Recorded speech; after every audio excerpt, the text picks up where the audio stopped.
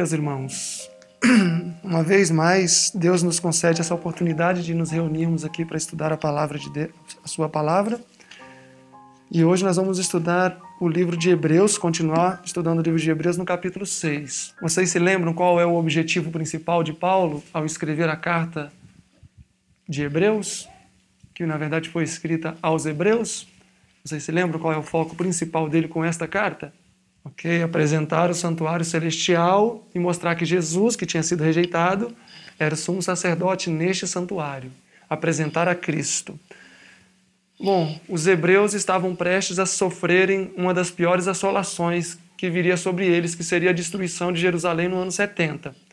E ainda perto desse ano, muitos que negligenciaram as instruções de Cristo quanto a abandonarem Jerusalém no cerco, permaneciam em Jerusalém. E quando esse cerco viesse, quando viesse a destruição, mesmo aqueles que eram sinceros, mas que seriam dispersos, iriam enfrentar um grande choque, porque eles iriam estar no meio de pessoas conversos do paganismo para o cristianismo que não sacrificavam mais. Então Paulo quis instruí-los quanto à realidade do santuário celestial e que o santuário terrestre já não tinha mais validade para nada. Só que ele enfrentaria uma grande dificuldade. Qual seria essa dificuldade? Os judeus não aceitaram Jesus. Então, como que ele iria apresentar um santuário celestial com um mediador que eles mesmos rejeitaram? Não só rejeitaram, como mataram. Então, Paulo, inicialmente no livro de Hebreus, e ele fez isso nos primeiros 6 capítulos, ele teve que quebrar o preconceito na mente dos judeus quanto a Jesus, e não só isso, ele teve que levá-los a aceitar Jesus para depois aceitarem o santuário celestial. Então, no capítulo 1, Paulo se demorou em apresentar a divindade de Jesus. Ele apresentou que aquele Jesus, o Nazareno da Galileia, que foi rejeitado e crucificado por eles, na verdade era Deus, essencialmente Deus. No capítulo 2 de Hebreus, ele mostrou que aquele Jesus, que é essencialmente Deus, tornou-se homem para identificar-se com a fraqueza do homem. Ele viria resgatar o homem da maldição do pecado. Então, ele próprio deveria experimentar a maldição do pecado para que ele pudesse saber como socorrer as pessoas. É muito comum nós não sentirmos empatia quando uma pessoa sofre algo de uma natureza que nós nunca sofremos. Por exemplo, quando um filho morre, talvez aquilo dói no coração de um outro pai, mas ele só vai sentir a dor que aquele pai sentiu se o seu filho também morrer. Então Jesus, para sentir aquilo que nós sentimos, para experimentar aquilo que nós experimentamos, as nossas dificuldades, as nossas lutas, as nossas tribulações, ele precisava experimentar exatamente o que você experimenta, Helry. Ele precisava experimentar as mesmas dificuldades que você enfrenta, ele precisava enfrentar os mesmos conflitos que você enfrenta, justamente para poder saber como socorrer. Por isso que Jesus teve que se tornar homem, essencialmente Deus, mas também essencialmente homem. No capítulo 3, avançando, ele mostrou que no passado os judeus rejeitaram as orientações de Deus, que o próprio Cristo dera durante a peregrinação de 40 anos no deserto. E ele mostrou que eles não desfrutaram das bênçãos prometidas porque eles foram rebeldes. E o mesmo estava acontecendo com os judeus nos dias de Paulo. Eles estavam sendo tardios em aceitar a advertência de Jesus quanto a abandonar Jerusalém e estavam incorrendo no risco de sofrerem os danos da destruição do ano 70. E muitos, já no capítulo 3, Paulo disse que não entraram e não entrariam no repouso.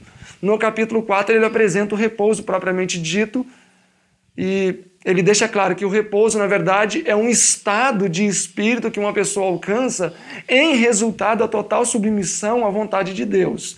No 5, ele apresenta as qualificações de Jesus para o ministério sacerdotal. Ele usa o sacerdócio arâmico, dedicado à família de Arão, e mostra que Jesus cumpriu todos os requisitos para ser chamado sumo sacerdote. E hoje nós vamos avançar para o capítulo 6. No capítulo 5, ele conclui dizendo que os judeus deveriam avançar para uma experiência mais profunda. Eles deveriam ter as suas faculdades exercitadas. Ou seja, deveriam deixar o leite, deixar os rudimentos da doutrina e acessarem os aspectos mais profundos da doutrina. E isso está relacionado também a deixar os rudimentos do santuário terrestre e avançarem para o santuário celestial. E aí no verso 14 do capítulo 5 ele diz que eles deveriam fazer isso para que pudessem aprender a discernir entre o bem e o mal.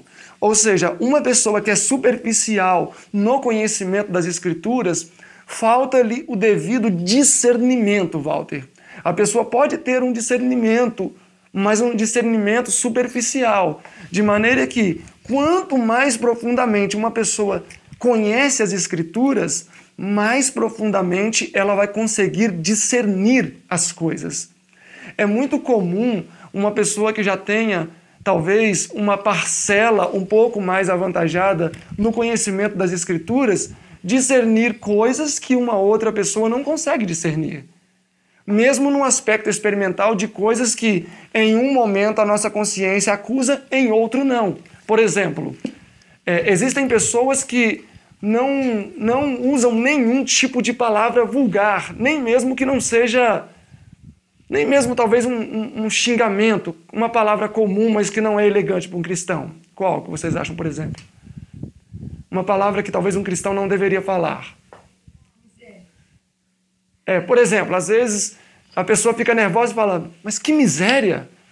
Olhando assim não parece ser um xingamento nem nada disso, mas tem pessoas que falam normalmente, porque é uma palavra normal, mas tem pessoas que já não falam mais, nem mesmo essa expressão. Então, Paulo estava incentivando os judeus a avançarem para uma experiência mais profunda, para que eles pudessem discernir entre o bem e o mal.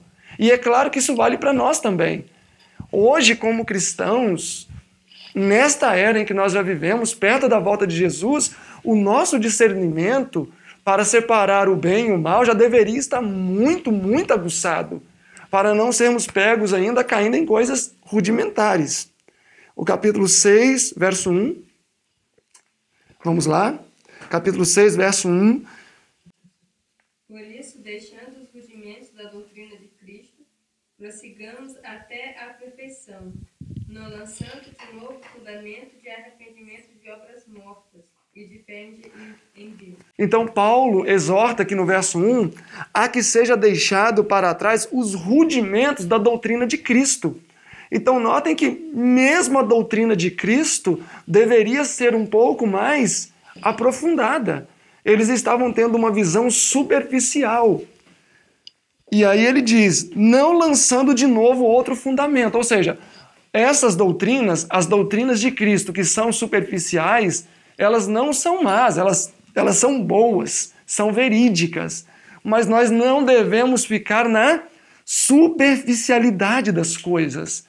Ou seja, nós não devemos ser cristãos superficiais, não devemos ser cristãos rasos. Eu quero que vocês entendam junto comigo aqui.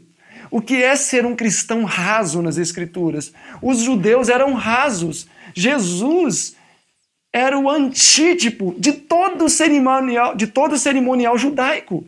Ele era a Páscoa, ele era o molho movido. No Pentecostes, aquela quantidade enorme de cristãos representavam também as primícias. Então existiam muitos aspectos relacionados ao santuário terrestre, porém um pouco mais profundo, que os judeus não entendiam.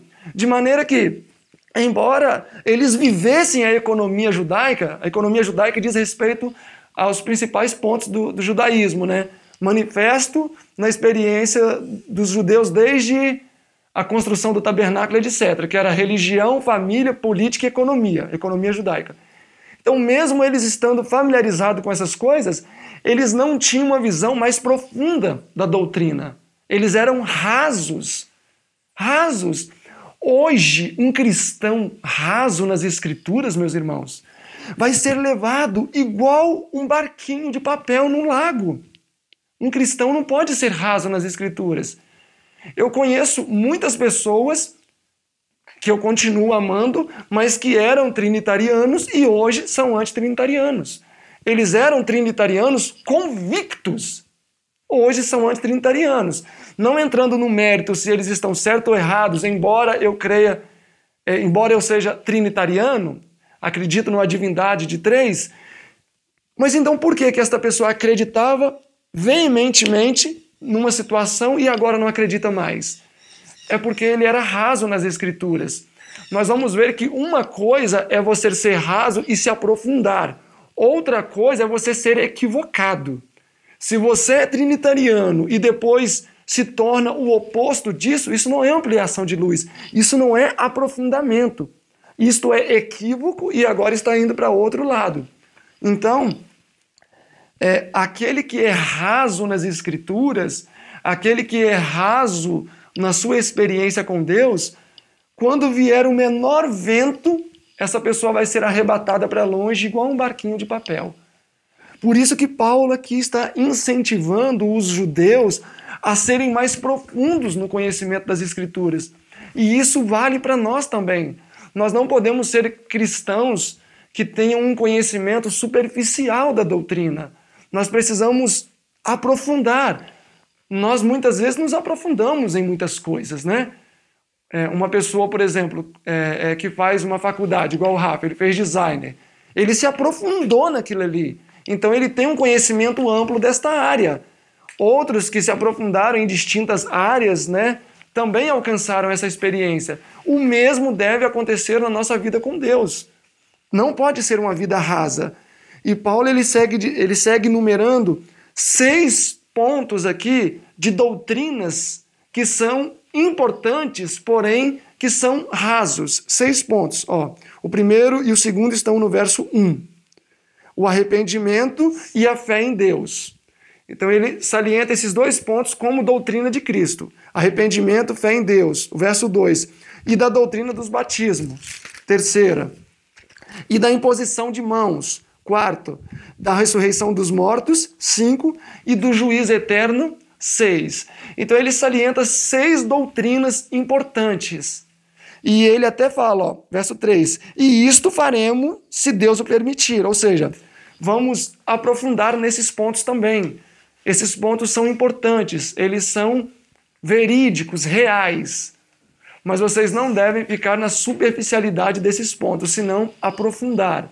O objetivo de Paulo no capítulo 6 é mostrar que os judeus estavam rejeitando a luz que de diferentes maneiras Deus havia disponibilizado e que eles enfrentariam terríveis consequências por esta dureza de coração. Então, a partir do verso 4, ele vai entrar especificamente nesse aspecto, mostrar quais seriam os resultados de se rejeitar a luz que Deus tem disponibilizado para o seu povo. Versículo 4, nós já vimos o versículo 1, 2 e 3, onde Paulo faz um repasse em algumas doutrinas que eram fundamentais, porém o problema dos judeus é que eles estavam na superficialidade dessas doutrinas e ele estava os incentivando a avançar para aspectos mais profundos, especialmente do santuário. E aí, a partir do verso 4, ele vai introduzir um tópico que ele se repete muito nas Escrituras. Se repete muito, muito mesmo. Eu tenho certeza que vocês já estudaram, já viram ou ouviram sobre o que Paulo vai falar a partir do verso 4. Na verdade, do verso 4 ao versículo 6. E ele vai utilizar a experiência narrada nesses versículos aplicando-se aos judeus. Ou seja, os judeus estavam praticando isso e estavam incorrendo no risco de sofrer os que sofrem aqueles que rejeitam luz. O verso 4 diz, por quê? É o quê? Ele usa uma palavra forte. É impossível. O que é uma coisa impossível? que não pode acontecer, é algo impossível. Então ele diz, olha, é impossível que os que já uma vez foram iluminados e provaram o dom celestial e se tornaram participantes do Espírito Santo e provaram a boa palavra de Deus, verso 5, e os poderes do século futuro, e recaiam, sejam outra vez renovados para o arrependimento.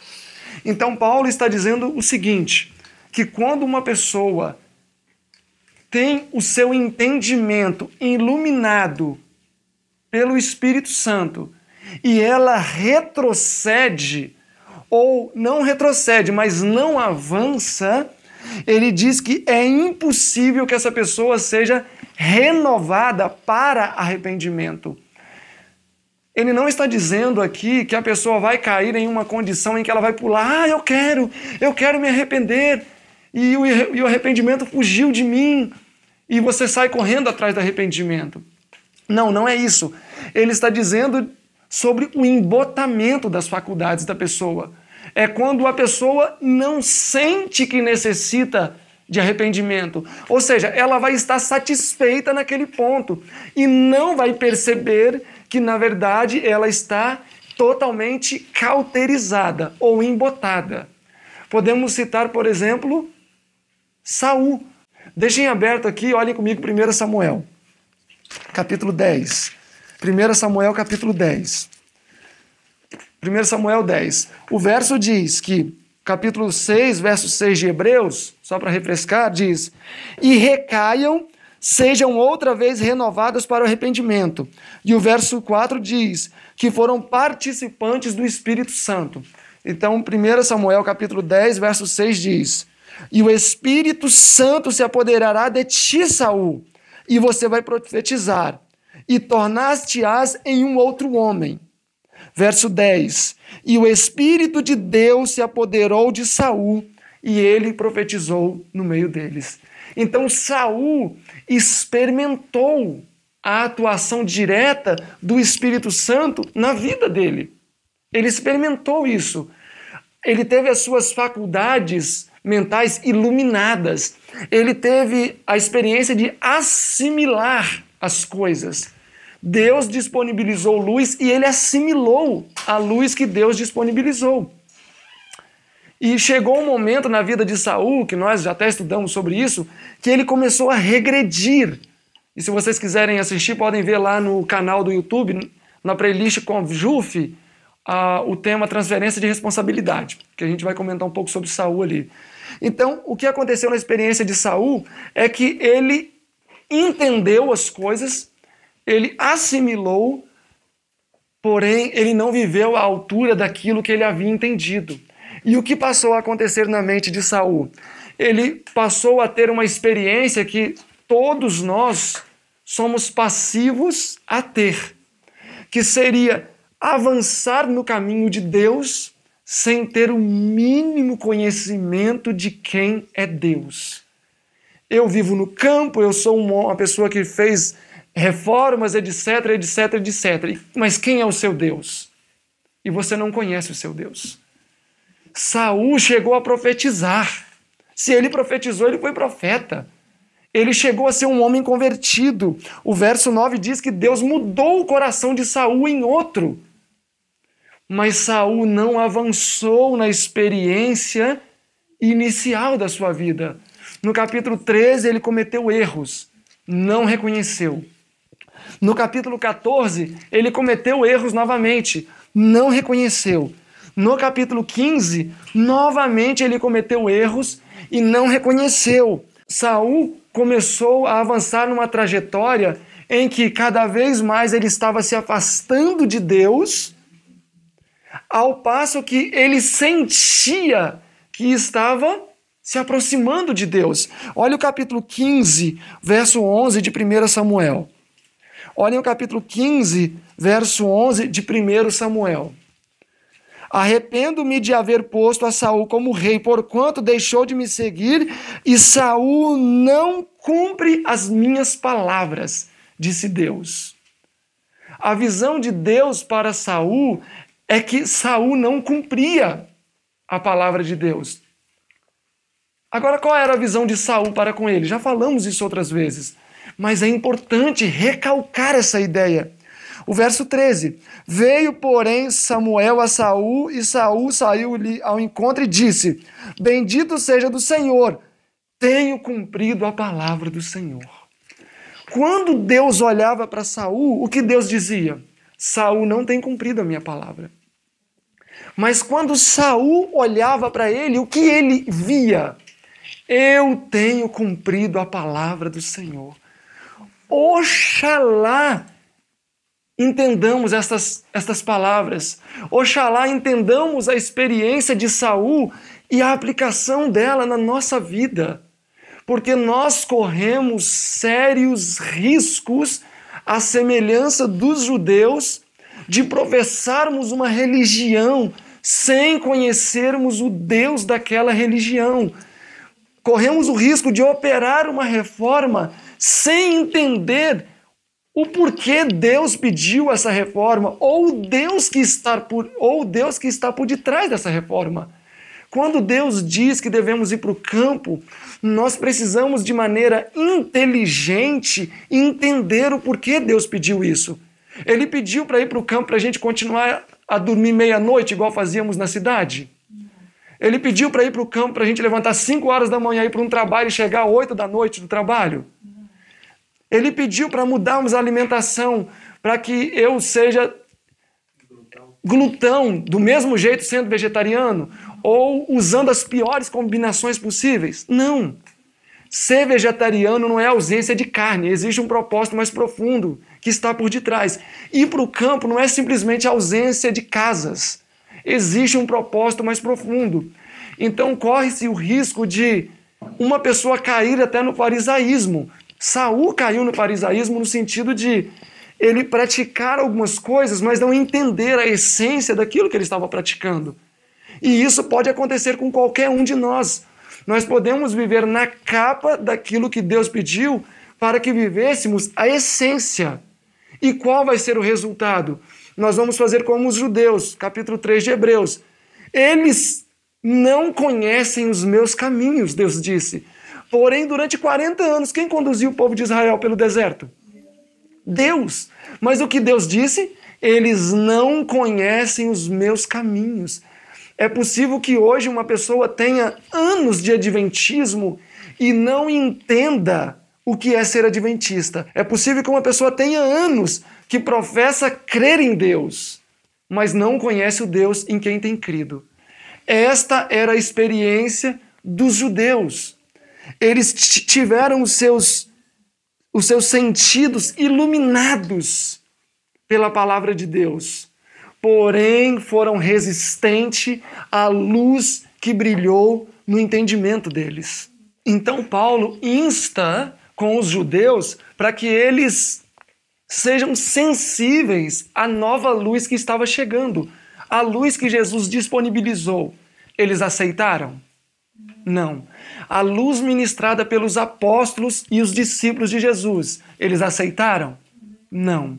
A luz que o próprio Paulo, vez após vez, trouxe para os judeus, eles aceitaram?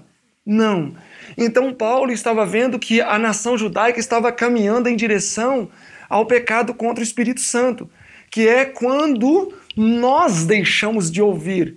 Muitas pessoas dizem que o pecado contra o Espírito Santo é quando o Espírito Santo para de falar. Não. Sabem quando o Espírito Santo para de falar? Nunca. Somos nós que paramos de ouvir. O Espírito Santo nunca cessa o seu falar. O que acontece é que a voz do Espírito Santo gradualmente vai diminuindo de volume, não porque ele fala mais baixo, mas porque a nossa percepção de ouvir é que diminui. E isso acontece de forma gradual, isso é gradativo na nossa experiência. É muito comum, e eu não sei quantos já passaram por isso, de tomar uma decisão. Você ouve aquele sermão que você quase decola do banco. E essa é a verdade, de hoje em diante é você esse esposo. Se não pode tratar a esposa dessa maneira, você vai ver, querida. De hoje em diante eu sou um novo homem. E na primeira semana, desfruta realmente daquele homem que se propôs. A segunda semana vai diminuindo, a terceira semana vai. Na quinta semana já voltou a ser o que era. Isso aconteceu com os judeus e isso corre o risco de acontecer com qualquer um de nós. E isso é o pecado contra o Espírito Santo. É quando Deus ilumina o nosso entendimento e nós vamos sendo resistentes. Isso aconteceu com Eli. A irmã White fala que Eli sabia o que deveria fazer. Vocês sabem o que Eli deveria fazer? Algo que talvez nenhum pai queria fazer. Deveria matar os filhos. Ele deveria entregar os seus filhos para serem mortos, Ofni e Finéias. Ele sabia que esse era o seu dever. Ele tinha convicção de que esse era o seu dever. Os seus filhos eram iníquos, filhos de Belial, como diz 1 Samuel capítulo 2. Os glutões, segundo a lei de Moisés, deveriam acontecer o que com eles? Apedrejados. Quem deveria levar para serem apedrejados? Os próprios pais. Então, Eli, sendo o líder máximo espiritual de Israel, conhecia a glutonaria dos seus filhos, que repercutiu na promiscuidade, quando deitavam aos bandos com mulheres, quando deitavam com as mulheres aos bandos no templo. Ele foi condescendente, ele foi fraco. Ele amou mais os seus filhos que a honra de Deus. E 1 Samuel capítulo 3, 14 diz: não haverá mais expiação para a casa de Eli. Ou seja, Eli, sendo um homem bom, piedoso, porque a irmã White fala que ele era piedoso, ele pecou contra o Espírito Santo. Porque ele rejeitou repetidas vezes a luz de Deus acerca dos seus filhos que eram ímpios. E o capítulo 10 de Hebreus, 10, 26, diz, olha o que diz o capítulo 10, 26. Porque se pecarmos voluntariamente depois de termos recebido o conhecimento da verdade, já não resta mais expiação pelos nossos pecados. Por isso que a Bíblia diz que quem tem ouvidos para ouvir, ouçam o que o Espírito diz. Exatamente. Quem tem ouvidos para ouvir, ouça o que o Espírito diz às igrejas e aos indivíduos. Então, quando uma pessoa recebe uma informação e ela assimila aquela informação, ela passa a ser responsável. Mas agora, uma coisa que eu quero abrir um parênteses, que eu vejo muitos equívocos acontecendo, é que luz transmitida não é luz assimilada. Nós seremos responsabilizados, julgados e condenados por luz assimilada, não por luz recebida. Uma pessoa pode receber luz e não assimilar. É muito comum alguém falar, eu já preguei naquela igreja ali 5 anos sobre a reforma de saúde, nunca ninguém aceitou. Ali, e cabode para todo mundo. Não. Luz dada não é luz assimilada. Vocês entendem essa diferença, né? A luz assimilada é quando nós entendemos intelectualmente, assimilamos intelectualmente e decidimos intelectualmente, esta é a verdade, porém eu não quero aceitar. Isso é luz rejeitada. Guilherme Miller morreu ingerindo carne de porco. Guilherme Miller morreu não guardando o sábado. Ainda que por 3 vezes uma pessoa tenha lhe falado sobre o assunto. Ele rejeitou. Porém, existe um anjo guardando a tumba dele. Ele vai fazer parte da primeira ressurreição dos santos. Então, luz transmitida não é luz assimilada. Então, esse negócio de, não, eu já falei para aquela pessoa, ela rejeitou porque quis. Quem sou eu para dizer que o indivíduo rejeitou? A pessoa, ela vai ser responsabilizada se ela assimilar. Mas não é critério do homem definir quem assimilou ou não assimilou luz. No capítulo 1, vocês acham que foi luz profunda do céu que raiou na mente de Nabucodonosor? Quando ele viu crianças de 18 anos serem 10 vezes mais inteligentes que os seus sábios? E quando ele viu que eles atribuíam isso a Deus? Sim, ele teve evidências da superioridade do Deus de Israel. Rejeitou. No capítulo 2, teve evidências da superioridade do Deus de Israel? Rejeitou. No capítulo 3, ele viu até o próprio Deus na fornalha, mas o que ele fez? Rejeitou. O capítulo 4, quando Nabucodonosor sonhou o sonho da árvore, Daniel interpretou, novamente, rejeitou. O que nós diríamos lá pela 4ª vez? Esse daí já pecou contra o Espírito Santo umas 3 vezes. Não tem como, isso daí não tem salvação. Mas qual é a grande prova que ele nunca tinha assimilado essas coisas?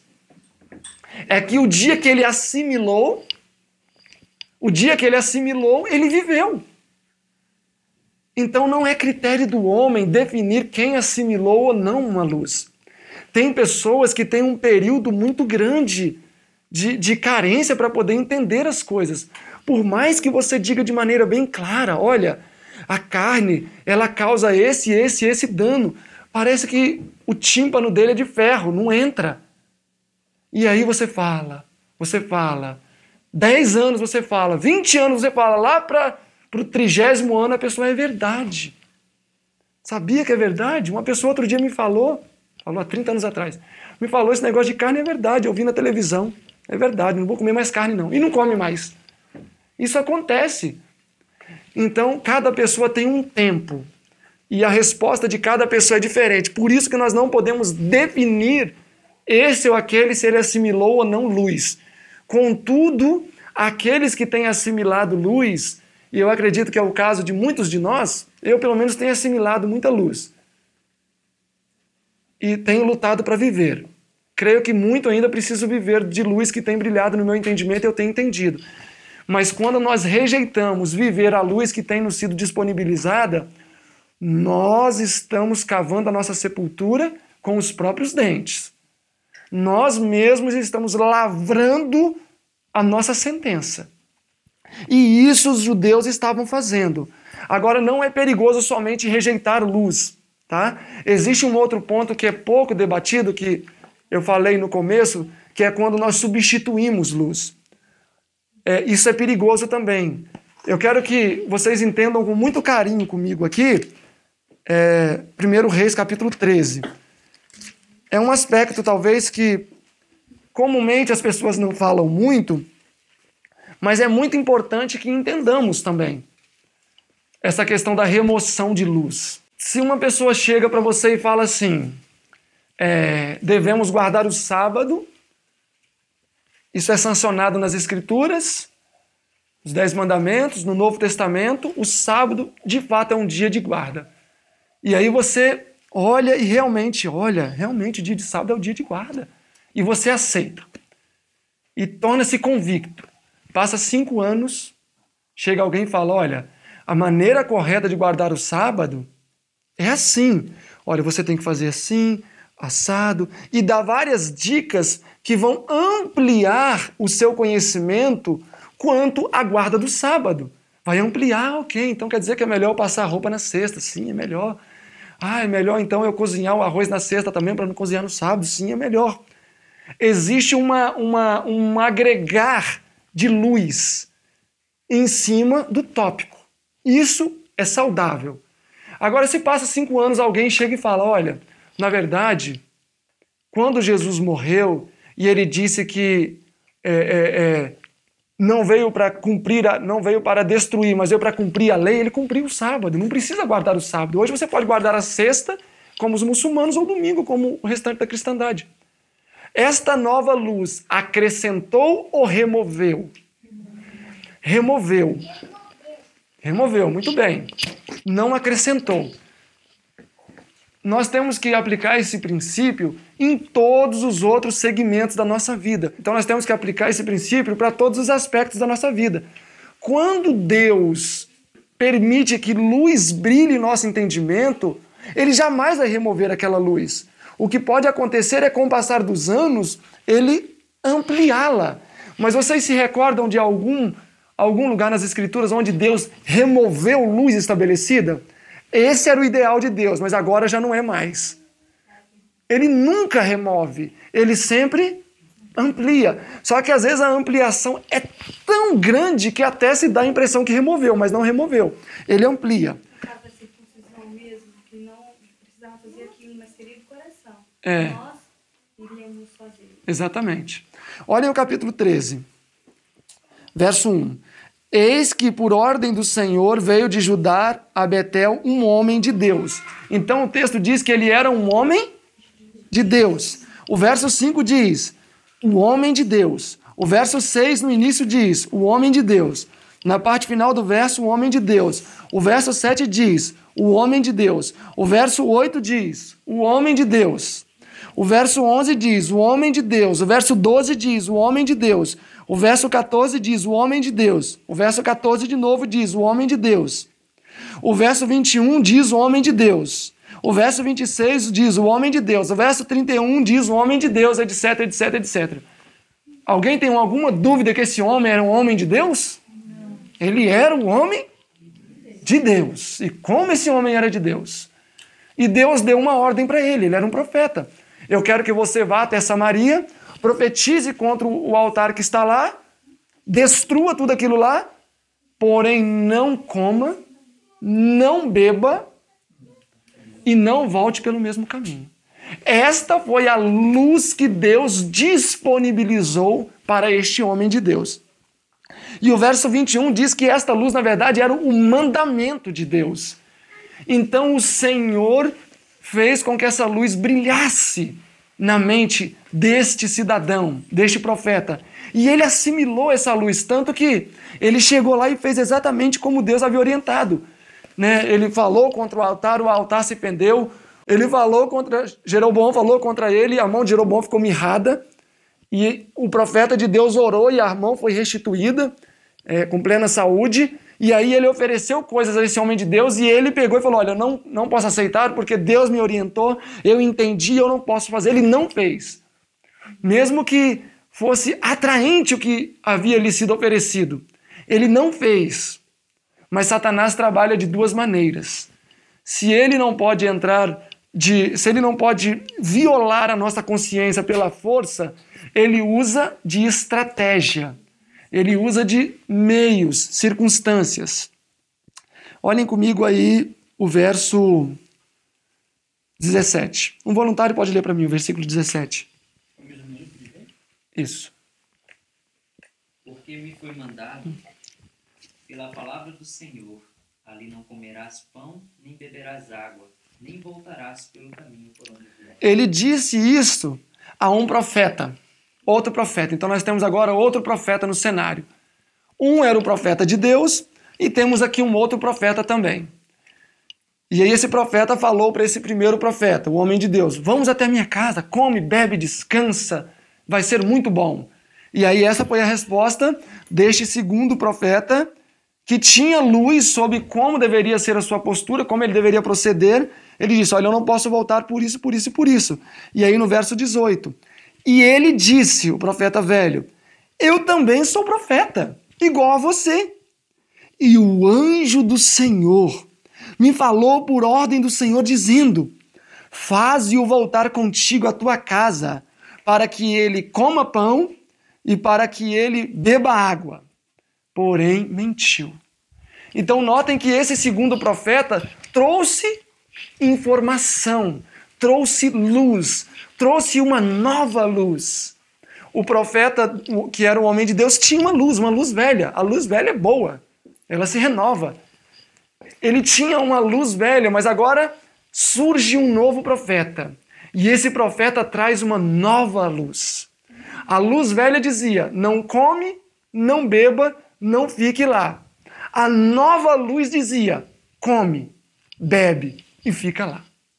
Então esta nova luz, ela ampliou a luz já estabelecida ou ela removeu? Removeu a luz estabelecida. E quais foram as consequências deste profeta de Deus ter aceito esta nova luz que removeu a antiga? Verso 19, ele voltou com ele, e aí o profeta no verso 21, no verso 21, o profeta e clamou ao homem de Deus dizendo, que viera de Judá, assim diz o Senhor, agora é Deus falando pelo profeta velho, porquanto foste rebelde à ordem do Senhor e não guardastes o meu mandamento, que o Senhor teu Deus te mandara. Antes voltaste e comeste pão e bebeste água nesse lugar. E aí segue dizendo Juízos, verso 24, este, pois, se foi e um leão o encontrou no caminho e o matou, e o seu cadáver ficou no chão. O resultado foi que o juízo de Deus veio sobre ele. Quando ele aceitou a nova luz em lugar da luz antiga, ou seja, a luz foi removida, a ira de Deus se acendeu contra ele. Então, nós não vamos falar nesse ponto muito abrangentemente, porque não é o foco, mas é uma coisa real. Tomem muito cuidado com nova luz. Deus quer que vivamos nova luz? Sim. Mas Deus quer que removamos a luz antiga? Recentemente eu conversei com uma pessoa que ele falou que entendeu pelos estudos que nós não devemos chamar Jesus de Jesus, mas de Messias. E aí, irmão White chama Jesus de Jesus mais de 2.000 vezes. Mas ele falou assim, não, isso é uma luz mais nova para o nosso tempo. Será que realmente existe relevância para se acatar tal ensinamento? Que chamar Jesus só de Messias? Será que realmente é um crime chamar Jesus de Jesus? Não, porque quando ele apareceu para Jacó, e ele estava lutando, e Jacó perguntou para ele, qual é o seu nome? E ele falou assim, não, para que você está me perguntando? Ele não deu importância. Ele se importava mais com o caráter dele, que já foi revelado, do que de que nome que Jacó iria chamar. Para Manoel ele só disse, o meu nome é maravilhoso, isso é o que importa. Então, tomem muito cuidado, porque o que tem de nova luz surgindo, meus irmãos, é sábado lunar, é as festas, é não sei o que tem lá, é tanta nova luz que está surgindo, mas a maioria destas que tem surgido não estão surgindo para ampliar, para acrescentar, senão muitas delas têm removido luz já estabelecida. Então nós devemos tomar muito cuidado que da mesma maneira que é perigoso para as nossas almas rejeitar luz, também é perigoso aceitar luz que remova luz estabelecida. Deus jamais vai remover luz estabelecida. O que ele pode fazer é ampliá-la. Avançando aqui em Hebreus capítulo 6, porque é impossível, verso 4, que os que já foram uma vez iluminados e provaram o dom celestial e se tornaram participantes do Espírito Santo e provaram a boa palavra de Deus e os poderes do século futuro e recaiam, sejam outra vez renovados para arrependimento. Ou seja, eles não vão conseguir se arrepender. Eles não vão procurar o arrependimento. Por quê? Porque eles não têm do que se arrepender. Os sentidos estão embotados. Eu quero ler para vocês uma declaração que está neste livro aqui, O Desejado de Todas as Nações, na página 322, que diz assim: não é Deus que cega os homens e nem obscurece o seu coração. Na verdade, Deus envia luz para corrigir os erros e guiá-los pela verdade. É pela rejeição dessa luz que os olhos ficam cegos e o coração endurecido. Muitas vezes, o processo é gradual e imperceptível. Gente, eu tenho medo dessas coisas. Por quê? Porque a gente pensa, isso não vai acontecer comigo. É imperceptível. Talvez eu esteja nessa situação e pregando aqui para vocês e ainda não tenha percebido. Por quê? Porque é imperceptível. Quem garante que alguns de nós aqui já não estejamos nessa situação de estar com os nossos sentidos endurecidos? É possível que não? Claro. Mas é possível que sim? Sim. Por quê? Porque é imperceptível, eu não sinto. Nossa, eu acho que eu estou ficando endurecido, porque hoje eu estou diferente. Eu estou mais duro do que a semana passada. Não! O texto diz que isso é gradual e imperceptível. Vai chegar lá na frente e você vai ser igual Saul. Eu tenho feito toda a vontade do Senhor e Deus olha, ele não tem feito a minha vontade. Isso aqui é de gelar a alma. 322. A luz chega até a alma por meio da palavra de Deus, dos seus servos e diretamente por seu espírito. Mas quando luz é rejeitado, dá-se o parcial entorpecimento das percepções espirituais. E a segunda revelação da luz é menos claramente discernida e aumenta assim as trevas até se fazer noite naquela alma. Então, meus irmãos, não é algo que você está ali e pensa, nossa, hoje eu já atingi o ponto máximo. O que é grave é isso. O grave é que eu vou estar andando 40 anos no caminho do deserto, achando que estou no caminho de Deus. E talvez eu olho para os lados, eu estou seguindo as placas, Canaã está nessa direção. Campo, Canaã. Vegetarianismo, Canaã. Estilo de vida, Canaã. Eu olho, eu vejo as placas, eu estou no caminho certo. Poxa, eu vou chegar lá. Mas o texto diz o quê? Não andaram nos meus caminhos. Senhor, mas eu segui toda a plaquinha de Canaã. Isso aqui é sério. Por quê? Porque é um estado que o ser humano cai em que ele não percebe que ele precisa de ser renovado. Ele vai achar que ele está bem. Ele vai achar que aquela ali é a vontade de Deus. Ao passo que ele vai estar com seus sentidos cauterizados. E nós devemos temer cair nessa situação. Porque o texto segue dizendo, quanto a eles quem? Quem rejeita a luz, de novo, crucificam o Filho de Deus e o expõem ao vitupério. Quando luz brilha no nosso entendimento, não vivemos essa luz, nós novamente crucificamos. Às vezes ouvimos com pavor aqueles judeus que diziam crucificam, crucificam, crucificam. Mas quantas vezes nós não fazemos isso hoje? E talvez de maneira até mais hedionda, até mais criminosa, até mais vil do que eles fizeram. É possível que Cristo seja crucificado até os dias de hoje, por causa da nossa resistência à luz que tem sido disponibilizada a nós. Isso mostra que o Espírito Santo não tem logrado alcançar o objetivo na nossa vida que ele tem intentado. Então, vamos nos atentar, meus irmãos, muito, muito, porque não é algo que a gente sente, não é algo que eu penso assim, eu estou cauterizado, né? Não. Justamente o triste é porque eu não sei. Eu não sei, eu vou estar igual Saul, cumprir toda a palavra de Deus. Olha que vegetariano que eu sou. Olha a minha pele, como é que é saudável. Mas eu não sinto, eu não sei. Por mais que eu sinta essas coisas, é uma coisa que eu acredito que aquela é a vontade de Deus. Eu não consigo enxergar que eu não estou fora da vontade de Deus. Ciência do Bom Viver, na página 510, né? Citação que a gente já conhece muito. Um único passo pode nos tirar de um plano elevado e santo e nos levar a um plano inferior. Quando rejeitamos viver a luz que Deus tem nos disponibilizado, somos presos em correntes de aço. Ser presos em corrente de aço não é que eu vou estar pulando, dando cambalhota, querendo me libertar dela, não. É que eu vou achar que eu estou correto. Porque quando eu entendo que eu estou preso, eu posso pedir socorro. Eu posso pedir, falar, Walter, me ajuda, eu estou preso, me socorre. Eu preciso disso, preciso daquilo. Mas agora estar preso em corrente de aço é quando você acha que está exatamente no plano de Deus, enquanto está diametralmente fora do plano de Deus.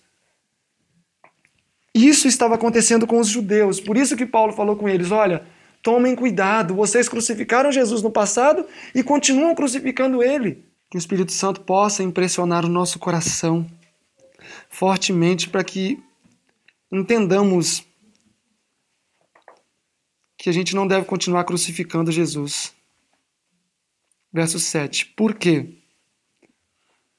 A terra, interpretem para mim terra aqui, coração, né?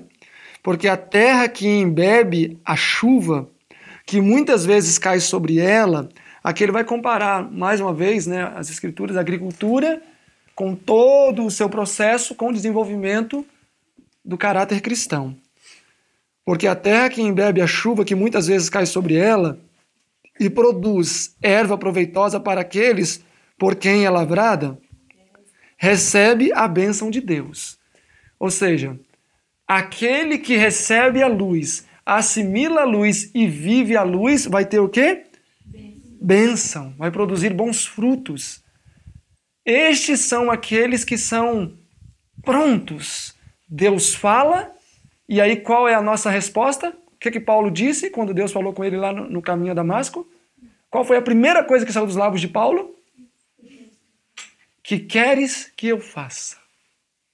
Ele perguntou se ia ser agradável? Na verdade, a resposta veio, né? Não foi nada animador. Eu vou te mostrar o quanto você vai sofrer pelo meu nome. que queres que eu faça? Você vai sofrer demais. Só isso que eu quero. Mas qual foi a primeira palavra que Paulo disse quando ele foi chamado? O que queres que eu faça? Quem era Paulo? Um erudito. Era um erudito. Falava vários idiomas. Um homem influente, destacado na nação judaica. O que queres que eu faça? E vem o que depois? Ponto. Acabou, ele não falou mais nada. O que o Senhor tem para mim, eu faço. Então, quando vem a luz e somos prontos em assimilar essa luz e vivê-la, ainda que não seja agradável ao nosso paladar, ainda que não seja palativo, o que vai redundar disso? Bênção. Porque a bênção está em fazer a vontade de Deus. Mas e aqueles que ficam pelejando com Deus? Tenta dar uma driblada em Deus para lá, para cá, não é o momento, mais tarde, depois, não é bem assim, não é bem assado. Mas o que produz espinhos e abrolhos. Quem são os que produzem espinhos e abrolhos? Aqueles que rejeitam a luz. E o espinho, ele é nocivo somente para a planta ou é nocivo para os demais? Para os demais. Eu vivo tirando espinho no meu pé. A planta produz espinho e me machuca. Então aquele que produz espinhos e abrolhos é uma desgraça não só para si, mas também é uma desgraça para quem está ao seu redor. Ele vai trazer tristeza para os seus familiares, para os seus amigos, ele vai trazer aflição, ele vai trazer amargura, ele vai trazer várias coisas para aqueles que estão cercando. Tanto que Jesus, falando dessa classe, ele fala que é melhor eles fazerem o quê? Pegar uma pedra bem grande, amarrar no pescoço e jogar dentro da água. Para que não seja uma desgraça para quem? Para os demais. Então, quando nós produzimos bons frutos, seremos uma bênção para nós, e o texto diz que é uma bênção também para aquele que lavra. Verso 7. Mas quando nós produzimos espinhos e abrolhos, nós vamos ser uma miséria para nós mesmos e também um infortúnio, uma miséria para quem está perto de nós. Ou seja, nós vamos fazer com que o outro tenha uma vida miserável porque eu estou produzindo espinhos e abrolhos. E é o quê? Reprovada. E perto está da maldição e o seu fim é ser o quê? A perdição eterna. O fim é a perdição eterna daquele que não produz bons frutos. Aquele que produz espinhos e abrolhos, o fim é a perdição. Mas, verso 9, de vós, ó amados. Agora é interessante, Paulo aqui fala para uma classe específica. São para os judeus, mas agora ele fala para os hebreus fiéis. Ele fala para os hebreus fiéis. Mas de vós, ó amados, esperamos coisas melhores. E coisas que acompanham o quê? A salvação. E a salvação no contexto está relacionada ao quê? Viver a luz disponibilizada, ainda que assim falamos. Ou seja, verso 8, o fim é ser queimado. Ou seja, não desanimem.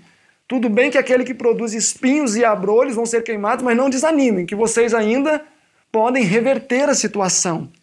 Porque Deus não é injusto para se esquecer da vossa obra e do trabalho, do amor que para com o seu nome mostrastes, enquanto servistes aos santos e ainda servis.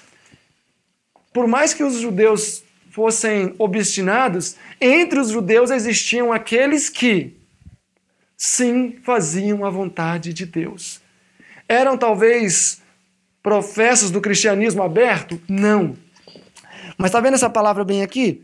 Deus não é injusto? Qual é o antônimo disso? Que Deus é justo. O que eu acho lindo nas Escrituras é que Deus tem tanta vontade de nos salvar, tanta vontade, que até um sorriso que a gente dá para alguém, ele registra como uma boa obra e está no livro memorial. Ele tenta aproveitar tudo. Não tem aquele cara chato que não tem nenhuma qualidade? Imagina esse cara. E aí você percebe um dia que ele tem uma qualidade. Ele tirou uma formiga que estava pronto a cair no ralo. E aí você vai se focar naquela qualidade, né? Poxa, ele não é tão mal, olha como é que ele é legal. Ele tirou a formiga do ralo, mas talvez o cara não presta para nada, só para tirar a formiga dali. Deus faz a mesma coisa. Ele tenta ver em nós o mínimo que possa ser utilizado para nos salvar.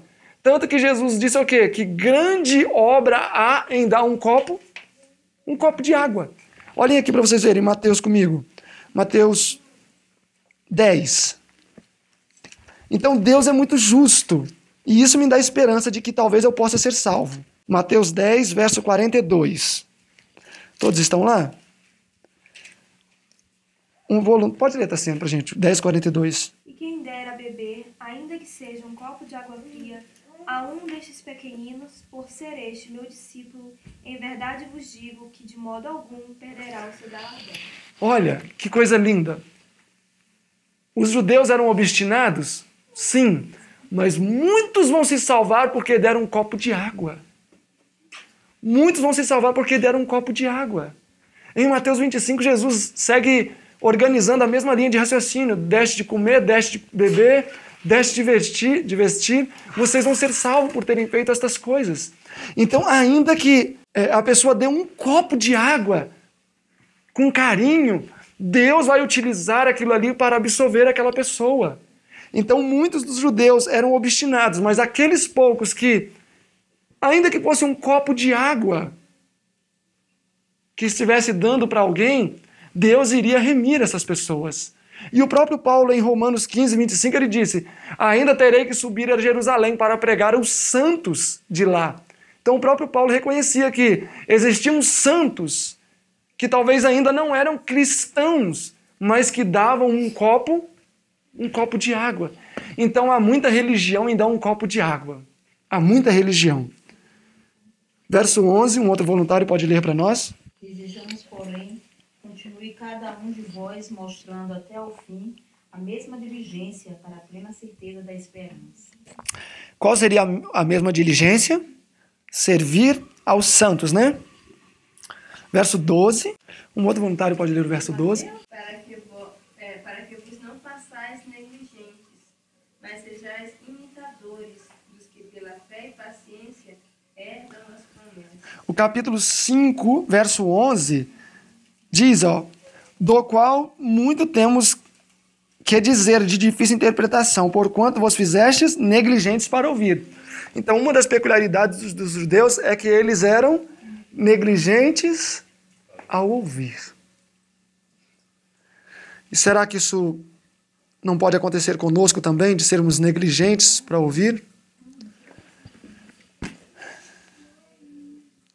Verso 12. Imitadores dos que pela fé e paciência herdam a promessa. E aí ele cita um exemplo de alguém que pela fé herdou a promessa. Quem é este que ele citou como exemplo? Porque quando Deus fez a promessa a Abraão, como não tinha outro maior por quem jurasse, jurou por si mesmo, dizendo: certamente, abençoando te abençoarei e multiplicando te multiplicarei. Então, Deus queria que Abraão tivesse plena certeza de que a promessa iria se cumprir. E aí o verso 18 diz: para que por duas coisas imutáveis. Quais são as duas coisas imutáveis que Deus queria assegurar a Abraão? Ele usou a promessa, porque a palavra de Deus é imutável, e usou ainda um juramento, para que Abraão tivesse plena certeza de que a promessa do filho iria se cumprir. Porque quando Deus fez a promessa a Abraão, como não tinha outro maior por quem jurasse, jurou por si mesmo, dizendo: certamente abençoando te abençoarei, multiplicando te multiplicarei. Aqui temos duas promessas no verso 14. Uma delas é Isaac. E esta promessa foi feita no capítulo 22 de Gênesis. Porém, no capítulo 22 de Gênesis, Isaac já tinha nascido. Quando ele fala, abençoando te abençoarei, Isaac já tinha nascido, pois ele nasceu no capítulo 21. Mas mesmo assim, no capítulo 22, ele reenfatiza essa promessa de que eles seriam abençoados. Qual bênção, então, seria essa que os descendentes de Abraão receberiam, uma vez que a bênção inicial já tinha sido alcançada, que era o nascimento de Isaac? Vocês sabem qual? Qual seria essa bênção? Isaac já tinha nascido, então só pode ser uma outra bênção. Não seria a terra de Canaã que Deus tinha prometido? Eles já viviam lá. Já está em Canaã, É. mas a promessa seria Olhem capítulo 3 de Atos. Atos 3, verso 25. Atos 3, 25. Vós sois filhos dos profetas e da aliança que Deus fez com nossos pais, dizendo a Abraão, na tua descendência serão benditas todas as famílias da terra. Somente os judeus ou também os judeus espirituais? Os judeus espirituais. Quando Paulo estava escrevendo, ele estava escrevendo aos judeus literais ou espirituais? Ou aos dois? Aos dois, por quê? Porque ele escreveu depois do ano 34, e a partir do ano 34, judeu era aquele que era no coração. E o verso, então todas as famílias seriam benditas. Verso 26, ressuscitando Deus a seu Filho, primeiro os enviou a vós, para que misto o quê? Vos abençoasse, no apartar cada um de vós dos vossos pecados. Então, nisto eles foram abençoados. Nisto o quê? No apartar cada um dos vossos pecados. Então, qual foi a bênção que Deus disponibilizou para todos os filhos de Abraão? Poder para vencer o pecado.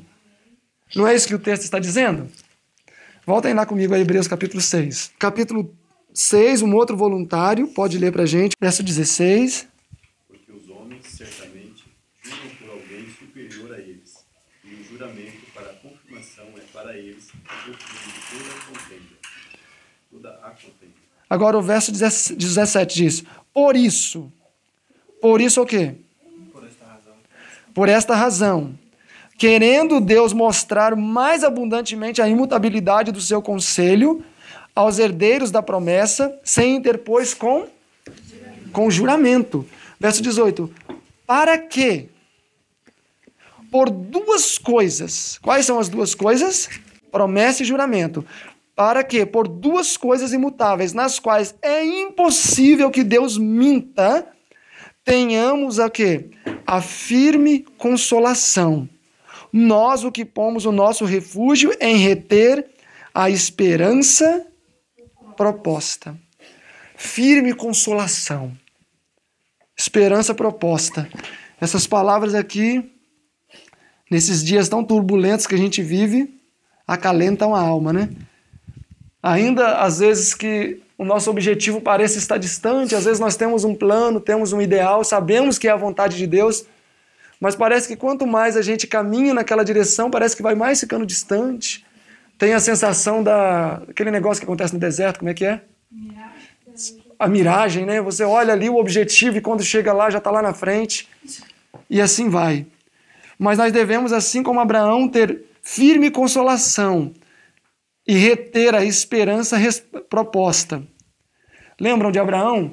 Lá em Romanos 4,18, diz assim, e Abraão, em esperança, creu contra a esperança. Ou seja, ele creu numa coisa que humanamente era uma loucura. Com 100 anos de idade ter um filho. Sara, sendo estéril, com 90 anos, gerar. Mas o texto diz que ele creu contra a esperança. Verso 19, a qual esperança temos como uma âncora da alma, e uma âncora pequena segura um navio grande. Assim deve ser a nossa esperança. Ainda que ela seja pequena, ela deve segurar grandes circunstâncias. Segura e firme, e que penetra até o interior do véu. Quem que está no interior do véu? Jesus. Onde Jesus, nosso precursor, entrou por nós, feito eternamente sumo sacerdote segundo a ordem de Melquisedeque. Não só Jesus está no interior do véu, mas Hebreus 10, 20 diz, pelo véu, isto é, pela sua carne. O próprio Cristo também é esse véu. Então os judeus deveriam concentrar a sua esperança no próprio Cristo.